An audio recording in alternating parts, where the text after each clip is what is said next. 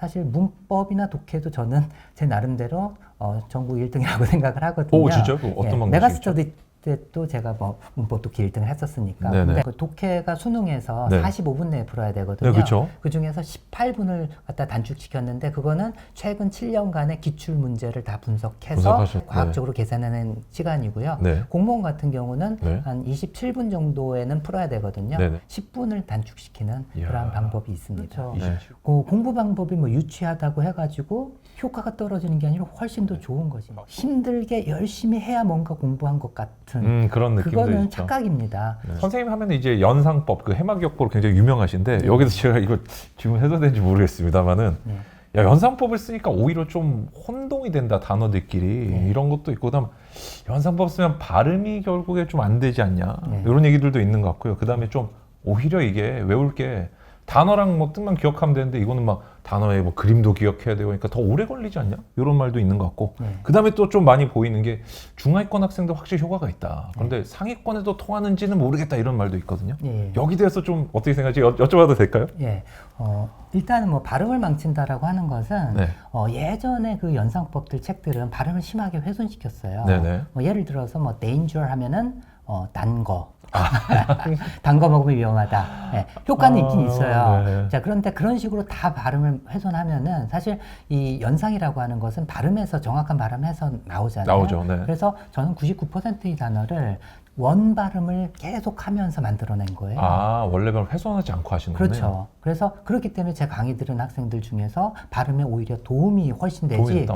발음에 도움이 안 되거나 뭐 오히려 부작용이 있다라고 하는 학생 한 명도 없습니다. 그래서 그렇게 비방하는 사람들은 제 강의를 또는 책을 보지 않은 사람들이 하는 얘기고요. 보지 않고 어떻게 보면 전해오던 다른 연상법을 좀 그렇죠. 생각하셨겠네요. 네. 그리고 뭐 연상을 거치기 때문에 뜻 생각나는데 뭐 오래 걸린다라고 하는데 그렇다면은 뭐 접두어 어근을 쓰면은 접두어는 이거, 어근은 이 뜻이기 때문에 이 뜻이 된다라는 중간 과정을 거치잖아요, 똑같이. 네. 그런 것도 그러면은 부작용이 있을 거 아니에요? 문제는 뭐냐 하면은 복습이에요.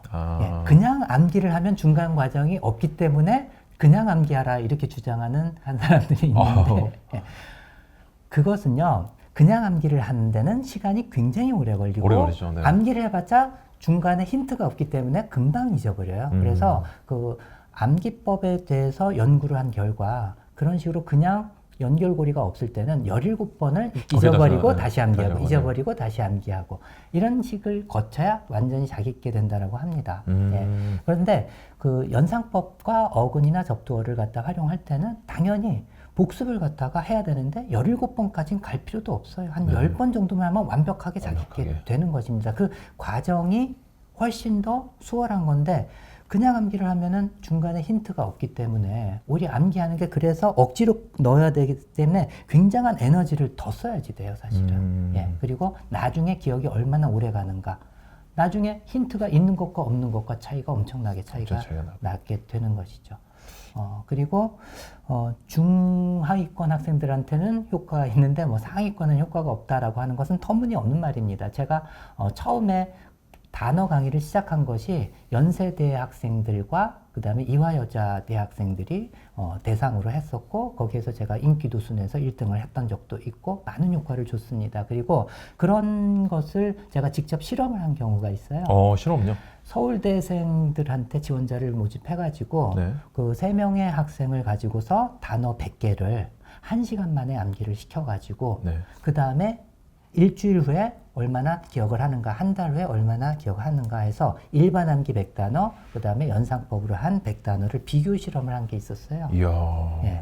그래서 그날 암기했을 때의 시험 결과에서도 거의 한 두세 배 정도 더 많은 단어를 암기를 했고요.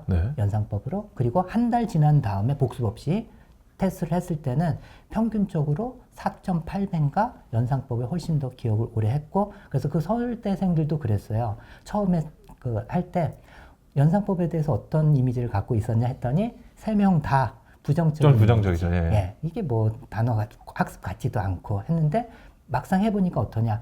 내가 고등학교로 돌아간다면 100% 이걸 반드시 쓰겠다라는 대답이 나왔어요. 그래서 상위권 학생들은 사실 단어를 어렸을 때부터 영어 유치원 막 이렇게 해가지고 어렸을 때 많이 알고 있는 학생들이잖아요. 그렇죠. 그렇기 때문에 사실 독해를 공부하면서 모르는 단어만 어떻게 하면 되기 때문에 그래서 상위권 학생들의 경우는 그 연상법이 사실은 학습 능력이 더 뛰어나기 때문에 네. 연상법이 효과가 더 있습니다. 더 있고. 예. 그래서 상위권 학생들은 전체 단어 중에서 한 30% 정도만 암기해도 될 거예요. 미리 해놨던 학생들이기 때문에 상위권이잖아요. 네. 근데 그 30%를 위해서 굉장한 시간을 단어 암기에 쓰고 있습니다. 근데 경선시 영단어로 하잖아요. 그런 학생들은 뭐 10일이면은 고3 내내 암기할 단어를 갖다 다 암기할 수 있어요. 암기할 수 있고.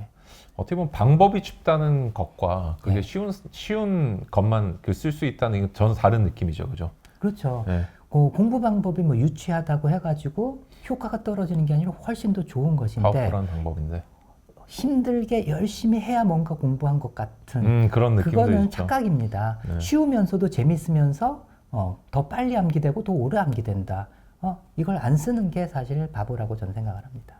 자, 그리고 그 많은 단어를 연상법으로 하면은 다 그렇게 혼동되지 않느냐라고 이렇게 생각한 사람들이 있는데 이 연상법은 발음에서 힌트가 나오는 거잖아요. 그렇죠. 그래서 단어들마다 발음이 다 다르잖아요. 다르죠. 그래서 미세한 발음 차이로도 그 연상법은 구분이 돼요. 예, 그래서 그 연상법끼리 그 많은 그 그림 막 혼동되지 않느냐라고 딱 얘기를 하면 맞아 그럴 것 같아. 하지만 직접 제 강의를 듣는 학생들은 절대 그런 얘기 할 수가 없어요. 그래서 경험을 해보지 않고 이럴 것이다, 저럴 것이다. 그리고 사실은 그런 말들은 제 경쟁자들한테서 나온 말들이에요. 예, 그래서 그럴듯하게 얘기를 하면은 겁을 주는 거거든요. 네. 이렇게 하면 너희들 나중에 망해. 누가 하겠어요.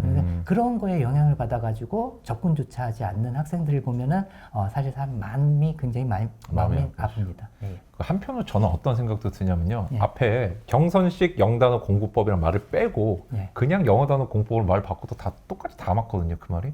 예. 다 공부하면 어차피 다 헷갈리고 나중에 시간이 어려운 단어 원래 외우기 어려운 거고 그렇죠. 그런 느낌인데 그게 뭐 어떤 선생님의 방법 자체가 다른 방법에 문제가 있다 이렇게는 안 들리는 것 같아요. 맞아요. 그냥 영어 단어 외우는 거 원래 힘든 거고. 그래서 한 가지 예를 든다면은 다른 사이트에 영어 선생님이 야 연상법 경선식 영단은 그걸로 하면은 컴피티션하고 네. 컴피턴스하고 이런 거 니네 어떻게 구분할래?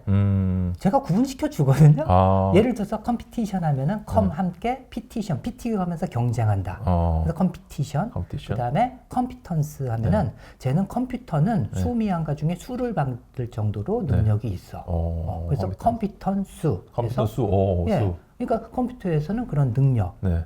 그러니까는 바로 이렇게 구분까지 시켜주면 하는데 제 거 알지도 못하면서 막 그렇게 비난하는 선생님들이 있더라고요. 사실 어떻게 보면 상상에 의한 비난일 수도 있겠네요. 그렇죠. 그럼 그냥 이럴 것이다라고 하는. 그래서 남을 갖다가 이렇게 제가 1등 그 당시 1등 할 때 1등을 갖다가 막 비난하면 자기가 더 높아 보이는 그런 효과도 사실 강사들은 많이 쓰거든요. 쓰죠. 네. 그런 것이라고 저는 사실 생각을 합니다. 그게 어떻게 보면 좀 만연화 될 수도 있는. 알겠습니다. 한편으로는 이제 사실 구독자분들이 궁금해하신 거는 그 다 모르고 빨리 점수 올리고 싶다. 단기간 만에 이런 게 아마 있을 것 같아요. 그래서 단기간에 점수를 올린 학생들의 공통점이 좀 있었는지 어떻게 좀 올렸는지 제가 듣기로는 이제 우리가 선생님 공부법을 통해 가지고 수능이나 내신에서 이렇게 좀 단시간 만에 빨리 올린 아까도 말씀을 주셨잖아요. 뭐 작년에 8등급이었는데 2등급이 됐다든지 단어를 8일 만에 고등학교 수준 단어를 외운다든지 이랬는데 좀 구체적으로 어떤 식으로 공부했는지 궁금해요.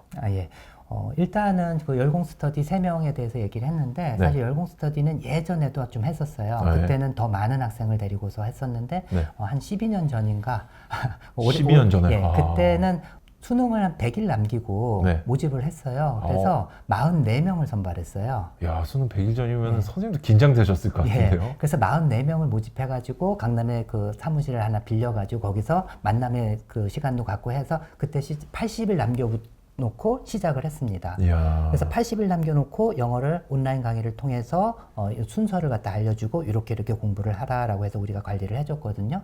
그래서 80일 만에 수능에서 20점 이상 모의고사 점수를 올린 학생이 한 몇 %나 됐을 것 같아요?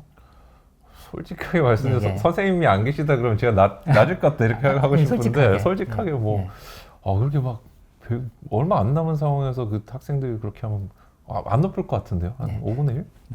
44명 중에서 네. 31명이 20점에서 최고 48점까지 점수를 올렸습니다. 진짜요? 예. 77%에 해당하는 학생들이요. 어떻게 가르치시길래 방법 좀 알려주세요. 예, 그 방법을 알려드릴게요. 네네. 네, 그동안에 이렇게 점수를 뭐 40점 이상, 60점 이상 올린 학생들이 다 공통점이 있습니다. 뭔가요?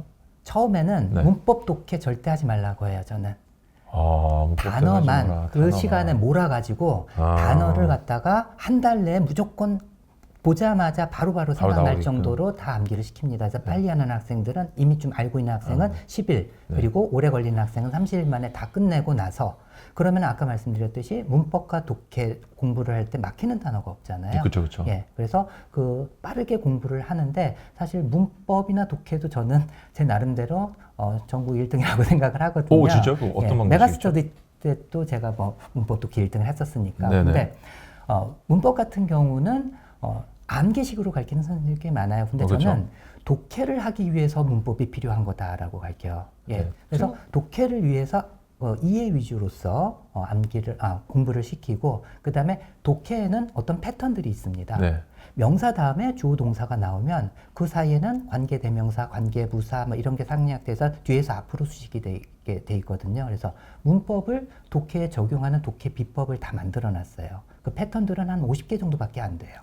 생각보다 적네요. 예. 그게 계속 반복되는 거예요. 예를 들어서 콤마 찍고 나서 관계대명사 위치가 나왔다 하면은 우리가 관계대명사 문법을 막 생각하면서 독해를 할 수는 없잖아요. 네. 그래서 요거는 그리고 그것은 또는 그리고 그것을이라고 해석하면 된다. 예. 딱. 그리고 분사구문에서 뭐 여러 가지 문법들이 있잖아요. 근데 한 95% 이상이 주어 동사의 주절이 나온 다음에 ing가 나오잖아요. 네. 그리고 ing 하다. 그리고 하다. pp 당하다. 이렇게 해석하면은 95%가 아니라 지금까지 제가 지문을 해석한 99%는 그렇게 다 해석이 돼요. 그런 걸 갖다 독해 비법으로 다 만들어 놨고요. 네. 근데 한 가지 문제점이 있어요. 뭔가요? 단어 문법 독해를 아무리 단기간에 제가 공부를 시킨다 할지라도 네. 독해 속도는 한 1, 2년 정도 책을 많이 읽어야 돼요. 그건 어쩔 수 없네요. 어쩔 수 그거는. 없지만은, 그래서 그걸 커버하기 위해서 문제 지문을 다 읽지 않고 네. 핵심되는 부분을 이 순서대로만 읽어서 풀면은 빨리 풀면서도 빨리 풀 수 있고. 오히려 더 정확하게 풀 수 있는 방법을 제가 기출 문제를 한 10년 그동안에 계속 해설관을 해오면서 개발을 해왔거든요. 네. 예, 그래서 그것을 가르쳐 줘가지고 네. 그 학생들이 단기간에 80일 만에 그렇게 많은 학생들이 20점에서 48점까지 이야, 올릴 수 향상을 있고. 시킨 것이죠. 철저한 어떻게 보면은 출제 패턴 그런 것들, 그다음 출제 어떤 자료 같은 단어는 완벽하게 이미 정리가 돼 있으시고, 그다음에 이런 문제는 이런 식으로 접근하고 풀면 돼라고 해서 어떻게 보면 진짜 좀 강제로 점수를 끌어올리신 그런 느낌이 있는 것 같습니다. 그 단기간에 이제 그 학생들의 사례를 한번 정리를 해보면, 일단은 제가 보니까 이 어떤 테크트리라고 그러죠. 순서가 되게 중요하네요. 단어를 일단 확실하게 재료를 다 만들어 놓고 이후에 그것들을 조합하는 방식들, 그 다음에 물론 이제 자신만의 독해 속도는 차이가 있겠지만 유형별로 문제 푸는 법을 딱 가르쳐 주셔가지고 점수를 올리는 그런 방식이네요. 혼자서 공부하시는 분들도 한번 그런 사고를 갖고 해보시면 좋을 것 같습니다. 그냥 내가 단순하게 많이 읽고 많이 풀고 단어 많이 알면 잘 풀리고 이런 게 아니고 진짜 문제 접근하는 자신만의 방식 확립을 딱 해둬야 되는 거네요. 그렇죠. 그 순서에 따라서 어떤 식으로 공부하냐가 굉장히 중요합니다, 영어는. 근데 한편으로는 이제 선생님이 독해 속도 얘기도 주셨지만 내가 속도가 느려가지고 문제를 좀 놓친 학생들도 있잖아요.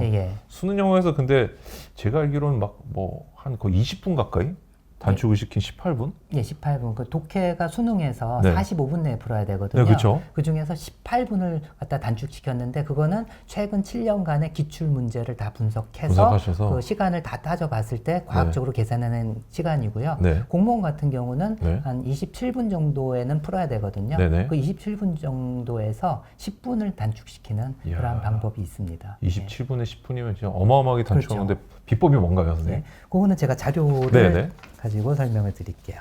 네. 자, 수능에서는 주제 제목 요지 찾기가 4문제가 나오고요. 네. 공무원에서는 한 2-3문제 정도 출제가 됩니다. 그래서 네. 공무원을 예를 들면은 최근 3년간 기출 문제하고 출제 기조가 바뀌었거든요. 네. 그래서 예시 문제가 작년에 1차, 2차 나왔습니다. 그래서 최근 한 3년간에 걸쳐서 이 기출 문제를 딱 분석을 해봤을 때 네.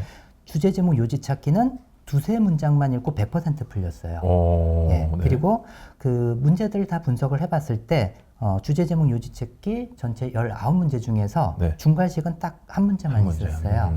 그래서 대부분이 미괄식이고 네. 그 다음이 양괄식, 양괄식. 그리고 두괄식. 두괄식, 네. 결국 주제는 어디에 있냐 하면은 앞에 조금 있고 네. 그 다음에 뒤로 대부분 갈수록 뒤로 많이 갈수록 있다. 많이 있다. 그럼 어떻게 푸느냐? 네. 첫 번째 문장을 일단 읽고 네. 그 다음에 거꾸로 가는 거예요. 거꾸로 가는 마지막 뒤로 문장부터 거꾸로 읽으면서 답이 보일 때까지만 읽으면 되는 거예요. 네. 예. 제가 사실 저는 옛날에 선생님 강의를 들어봤기 때문에 아, 예, 예. 그렇게 풀거든요. 아, 그래서 예. 제가 어떤 학생이 저도 이제 영어 뭐 영상 올리잖아요. 그러면은 예. 아니 수능 영어 그냥 앞에 읽고 맨 뒤에 읽고 하면 주제문 다 풀린대. 그러니까 뭐라 그러냐면요. 예. 그럼 병사 20년 전에나 그렇죠. 뭐 이러면서 요즘 기출 보셨나 그런데 여러분 요즘 기출도 이렇게 나옵니다. 선생님 분석해 주시는 거 잘 한번 들어보세요. 예, 제가 이렇게 해설한 거 네. 들어보시고서 실제로 한번 문제를 한번 풀어보세요. 2025년 수능도 풀어보고 2024년 수능도 풀어보시면은 그러면 아 정말 되네라는 것을 아시게 될 거예요. 네. 자, 그래서 공무원 2025년 1차 출제기조 전환 14번 문제 주제 찾기거든요. 그래서 네. 첫 문장 일단 읽으라고 했잖아요. 네네. 그래서 The Ministry of Food and Drug Safety. 그래서 식품의약안정청은 자, 읽는 건 좀 생략할게요. 네. 경고했습니다. 네. 자, 그래서 식중독 사례가 네. 발생했다고. 네. 예. 그래서 어떤 결과냐면 교차 오염의 결과로서. 네. 그리고 그 상황에서 사람들은 달걀을 만지고서 네. 소홀히 했다. 손 씻는 것을 소홀히 했다. 뭐 하기 전에 음식을 만들거나 아니면은 가정기구를 갖다 사용하기 전에. 그래서 요거를 갖다가 단순화시키는 거예요, 일단은. 네. 결국, 식중독 사례가 달걀 만져가지고 발생했구나. 네. 예. 그 다음에 이제 마지막 문장부터 거꾸로 답이 보일 때까지 읽으라 그랬잖아요. 네. 마지막 문장 보시면은, 자, 그것은 crucial, 중요하다. 중요하다는 얘기가 나서 이게, 중심 문장이 아닐까. 네. 네. 자, 그래서, 우선시하는 것, 음식 안전 조치를 우선시하고, 그 다음에 고수하는 것, 적절한 요리 과정을 고수하는 것이 중요하다. 뭐 하기 위해서? 그 살모넬라 관련된 질병의 위험을 최소화하기 위해서. 그래서 첫 문장 읽고 마지막 한두 문장 읽은 다음에 이걸 갖다가 합치는 거예요. 그럼 처음에 계란 만지고서 식중독 사례가 발생했구나. 그 마지막에는 살모넬라 관련된 그러한 질병을 예방하기 위해서는 요리 과정 잘 해야 되고 조심해야 된다. 결국 살모넬라 관련된 질병은 뭐 만져서 생긴 거겠어요? 계란 같은 거. 그렇죠. 이거는요. 그래서 계란으로 인한 살모넬라 관련 질병을 갖다가 잘 조심하자 이 내용이거든요. 네. 그래서 주제는 안전한 달걀의 취급 뭐에 대해서 살모넬라 감염에 대한 예방을 위해서 바로 답이 나오거든요. 네네. 바로 나오는. 예. 자, 그리고 또 내용일지도 수능과 공무원에 굉장히 많이 나와요. 수능에는 4문제나 나오고, 네. 그 다음에 공무원에서 2개 또는 3개 정도 나오거든요. 네. 그래서 공무원을 또 예를 들면은 최근 3년간 기출문제하고 출제기조 예시 1, 2차 다 합쳤을 때 평균 지문의 20%만 읽고 다 풀렸어요. 다 읽지 않아도 된다. 그렇죠. 네. 예. 근데 요거를 다 봤을 때 공무원 시험에서 보기 3, 4번이 정답인 경우가 85%나 돼요. 그리고 1번인 경우는 한 번도 없어요. 그리고 수능에서는 더 많아요. 그건 5번까지 있잖아요. 5번까지 있잖아요. 그래서 3, 4, 5번이 정답일 확률이 95%예요, 수능은. 예. 근데 보통의 학생들은 지문 처음에 읽고 보기 1번 하고 1번 읽고 그러죠. 이런 식으로 네. 해요. 근데 간단해요. 보기 4번 읽고 마지막 지문 확인하고 읽고, 네. 보기 3번 읽고 마지막 지문 거꾸로 올라가면 그렇죠. 그래서 그 예를 갖다 보면은 자, 이것도 출제 전환 예시 1차 12번 문제인데 자, 엔더캡의 앱에 관한 다음 글의 내용과 일치하지 않는 것을 찾는 거예요. 그러면 보기 4번부터 확인하라 그랬잖아요. 네. 자, 그것은 단지 작동한다. 개인 모바일 장치에서만 작동한다라고 했어요. 네. 근데 그러면 마지막 문장을 읽어 나가면서 대비를 갖다 대비를? 해야 되겠죠. 네. 자, 그래서 there is also a web version of the app. 앱에 대한 웹 버전이 있습니다. 어떤 사람들을 위해서 있냐 하면은 모바일 장치를 사용하기에 편안하지 않는 사람들을 위해서 앱에 대한 웹 버전이 있다라고 했으니까는 네.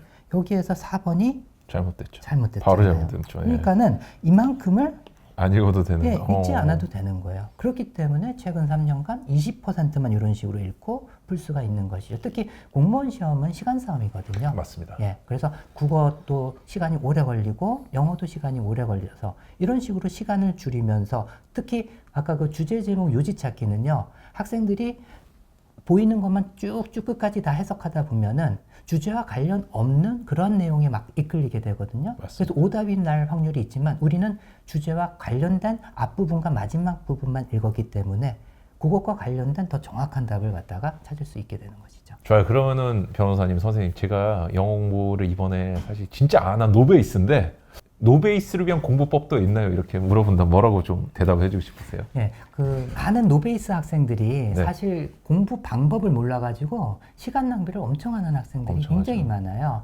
사실 외국인이 우리 국어를 배운다 또는 어린 아이가 우리 국어를 배운다고 한번 생각을 해보세요. 네. 어렸을 때 엄마, 아빠, 맘마 이런 단어부터 시작을 하잖아요. 네, 그렇죠. 근데 초등학교 1학년 학생한테 고등학교 3학년 그 국어 책을 갖다가 이걸로 공부하면 어렵기 때문에 네가 어렵게 공부하면은 언젠가 깨우칠 거야. 안 되죠, 안 되죠. 이렇게 하면은 굉장히 비효율적이잖아요. 네네.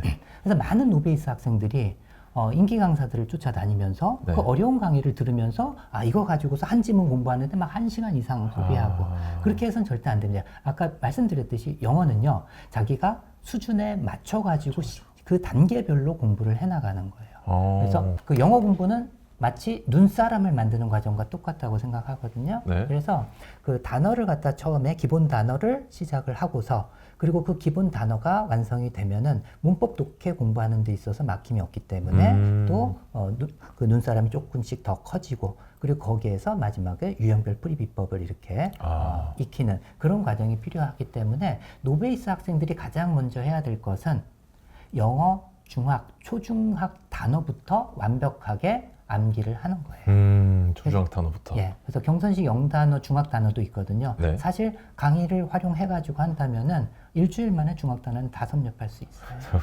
너무 무서운데요, 지금. 이건 뭐 제가 책임질 네네. 수 있습니다. 네, 그러니까 아니면 그것보다는 그 파괴력이, 위력이, 네, 네. 이야, 뭐 일주일 만에 중학 단어를 갑자기 희망이 좀 생기는 그런. 예전에 그 중학교 1학년 학생이 그 아까 초단기 장학생 말씀드렸잖아요. 네.